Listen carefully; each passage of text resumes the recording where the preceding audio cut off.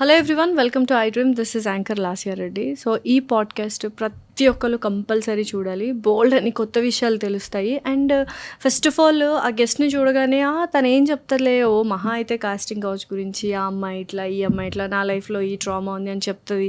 ఇంతే కదా, ఆల్రెడీ మేము చూసేసాం కదా, లేదా ఇంకేదైనా ఇంట్రెస్టింగ్గా కాంట్రవర్సీగా ఉంటుంది చూడాలి అని చూస్తూ ఉంటారు. But this is totally different. And తను స్పిరిచువాలిటీ గురించి అండ్ ఇల్యూమినేటీ గురించి అండ్ అసలు ఇప్పుడు ప్రపంచంలో ఏం జరుగుతుందనే విషయాల గురించి, అంటే అది వింటే ఇంత నాలెడ్జ్ ఉందా తనకి అని అనిపిస్తుంది. And I was so surprised and astonished.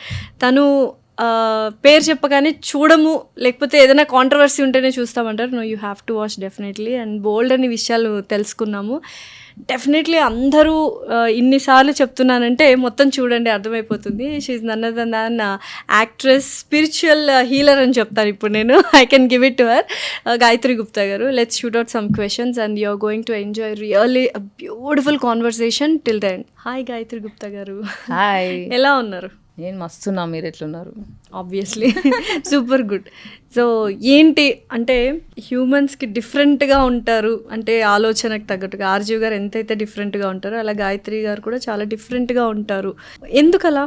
Why is that? అంటే డిఫరెంట్గా నేను ఫీల్ అవును, అందరు అంటుంటారు. బట్ ఎందుకంటారా అని బాగా అబ్జర్వ్ చేస్తే నాకు అర్థమైంది ఏంటంటే, ఇప్పుడు ఆ న్యూరో డైవర్జెన్సీ, న్యూరోటిపికల్ అని రెండు రకాల మనుషులు ఉంటారు. న్యూరో డైవర్జెన్స్ ఏంటంటే they root from justice and ఎర్త్కి కనెక్షన్ పెట్టుకున్న జాతి అనమాట. అంటే స్కేల్ ఆఫ్ 1 to 100 ఉంటారు.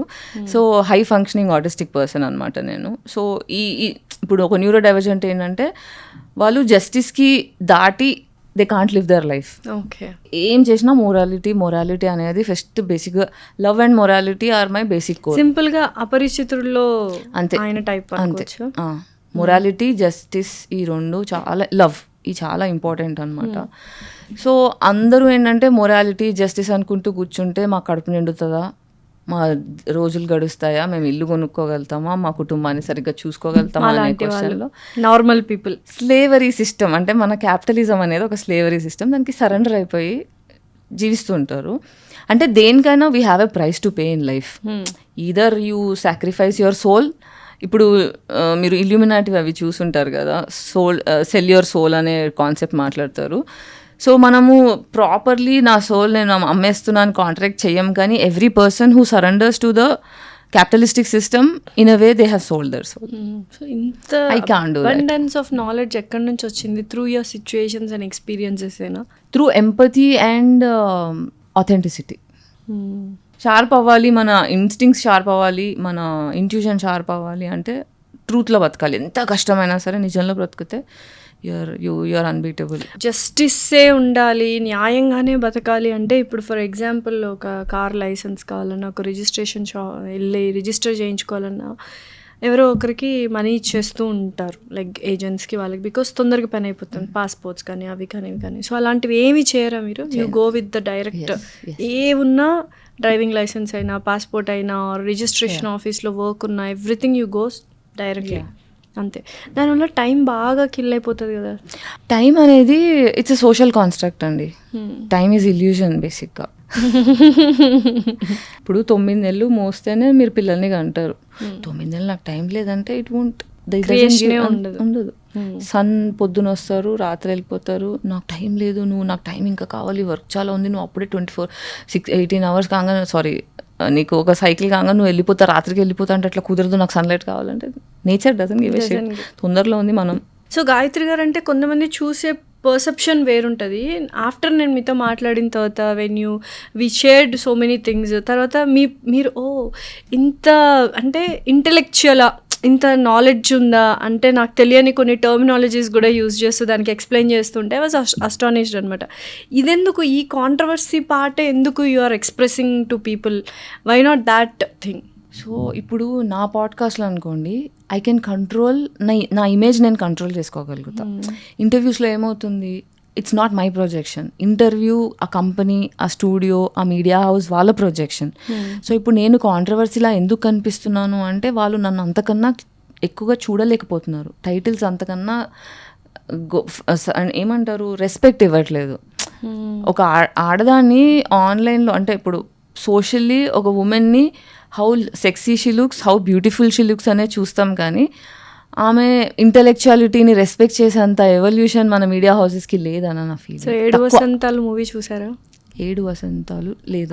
అందులో లైక్ ఒక డైలాగ్, ఫేమస్ డైలాగ్ ఉంటుంది, నా తెలివిని అందంతో పోల్చకు, అందం వల్ల ఇది వచ్చింది అనుకో, నా టాలెంట్ని గుర్తించు, నా స్కిల్ని గుర్తించు, దానివల్ల నన్ను పొగిడితే నేను చాలా హ్యాపీగా ఫీల్ అవుతుంది ఒక అమ్మాయి అన్నట్టుగా. It was a wonderful movie అనమాట. సో ఆ కైండ్ ఆఫ్ థాట్స్ ఎక్కువగా కనిపిస్తున్నాయి. సో ఈ కాంట్రవర్సీలోకి ఎందుకు వెళ్ళాల్సి వచ్చింది అంటే, గాయత్రి గారు అసలు ఫిదాలో ఫస్ట్ టైం అందరికీ బాగా పరిచయమైన పర్సన్, ఫుల్ బ్రేక్ త్రూ ఇచ్చింది. సో నెక్స్ట్ ఆ తర్వాత అందులో వాళ్ళ అక్క క్యారెక్టర్, ఫిదా సినిమాలో సాయి పల్లవి గారు అక్క క్యారెక్టర్ చేసిన తను కూడా ఇప్పుడు మంచి మూవీస్ చేస్తున్నారు. మీరు ఎందుకని స్టాప్ అయిపోయారు అంటే, మీరు వాయిస్ రైజ్ చేయడం వల్ల స్టాప్ అయిపోయారని అనుకుంటున్నారా, లేదా జస్ట్ ఆపర్చునిటీస్ రాలేదు దానివల్ల స్టాప్ అయ్యారు? So why am I artist, నేను ఒక యాక్టర్. ఓకే, సో ఈ యాక్టర్ని కూడా నేను 2 విధాలుగా చూస్తా. డబ్బుల కోసం నేను యాక్టర్ అయ్యానా, నా సోల్ని నేను ఆర్టిస్ట్గా ఎక్స్ప్రెస్ చేయడానికి నేను ఆర్టిస్ట్ అయ్యానా? ఇప్పుడు ఒక 10 సినిమాలు ఉన్నాయి. ఓకే, ఫిదా తర్వాత నేనైనా శరణ్య అక్క క్యారెక్టర్ చేసిన అమ్మాయి. ఎన్ని సినిమాలు గుర్తున్నాయి మీకు? ఫిదా కాకుండా శరణ్య ఎన్ని సినిమాలు పేర్లు చెప్పండి నాకు. వెబ్ సిరీస్ లేవో కొన్ని, కానీ పేర్లు గుర్తుండవు, మీరు మర్చిపోతారు ఆ సినిమాలు. ఇక్కడ క్వాలిటీ వర్సెస్ క్వాంటిటీ. ఇప్పుడు నేను అవసరమే, నాకు డబ్బులు అవసరమే, we want projects. I'm so happy Sharanya is doing great, and తను ఒక వండర్ఫుల్ సోల్ కూడా, అంటే బంగారం శరణ్య. కాకపోతే ఒక girl next door and very sweet heart. అయితే నేను ఎట్లా చూస్తా అంటే, ఈ సినిమా చేస్తే నా సోల్ ఎంత సాటిస్ఫై అవుతుంది. ఒక ఆర్టిస్ట్గా how much am I able to enjoy my existence in this. అంటే చేసే ప్రతి project it's an art form. Okay, film making, story telling is an art. But నేను ఒక సొసైటీకి పనికొచ్చే సోషల్లీ రెస్పాన్సిబుల్ ఉన్న సబ్జెక్ట్స్లో మిసోజినీ లేకుండా, నార్సిసిజం లేకుండా, మ్యానిపులేషన్ లేకుండా, సెక్సిజం లేకుండా, క్యాస్టిజం లేకుండా, ఇలాంటివన్నీ, అంటే ఇవన్నీ సోషల్ డ్యూటీస్, మనం ఇవన్నీ చెక్ చేసుకొని సొసైటీ మీద ఒక సినిమా, అంటే ఒక సినిమా చూస్తే మిలియన్స్ ఆఫ్ క్రౌడ్ చూస్తారు, ఎంతోమంది ఫాలో అవుతారు. ఇప్పుడు నా హీరో స్టైల్గా ఇలా హెయిర్ కట్ చేసుకున్నాడు కాబట్టి నేను కూడా ఈ hair cut, Allu Arjun hair cut రా, ఇది అబ్బాస్ హెయిర్ కట్ అవుతారు కాబట్టి జాగ్రత్తగా తీయాలి. బాధ్యత, విత్ పవర్ కమ్స్ రెస్పాన్సిబిలిటీ. ఆ రెస్పాన్సిబుల్ ఉన్న సబ్జెక్ట్స్లో బిలాంగ్ అవడం నాకు ఇష్టం. ఓకే, అలా నాకు కనిపించట్లేదు. ఇది చేసి ఏంటి, ఇలాంటి సినిమాలు చేసి వచ్చిన డబ్బుతో నేను తిని ఏం తృప్తిగా పడుకుంటాను.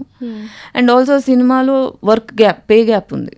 ఇప్పుడు నాకున్న ఫేమ్, అబ్బాయికి ఉన్న ఫేమ్ సేమ్ ఉంది అనుకోండి, the pay that man gets is different from what I get. అది ఆబ్వియస్లీ అన్ని చోట్ల ఉంది, అంటే ఎస్పెషల్లీ మన ఇండస్ట్రీలో.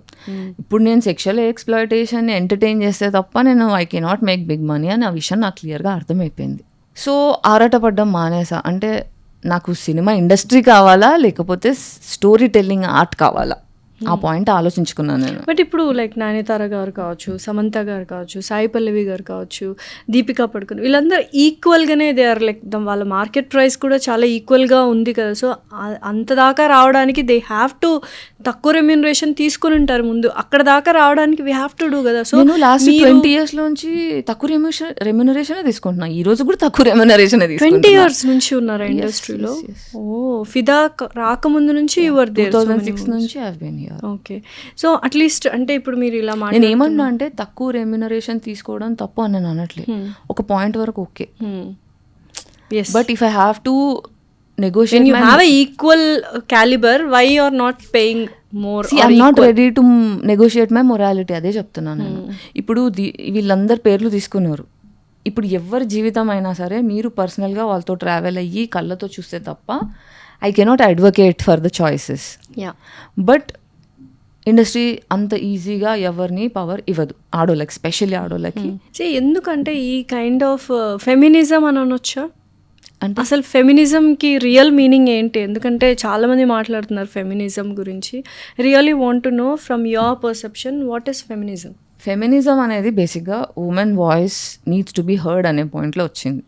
నా ఉనికికి గౌరవం కావాలి, నా కష్టానికి గౌరవం కావాలి, నేను చేస్తున్న నా ఎగ్జిస్టెన్స్కి గౌరవం కావాలి, దానికోసం ఫెమినిజం వచ్చింది. బట్ ఫెమినిజం అని మాట్లాడుతున్న ప్రతి ఆడవాళ్ళు ఫెమినిస్టులు కారు.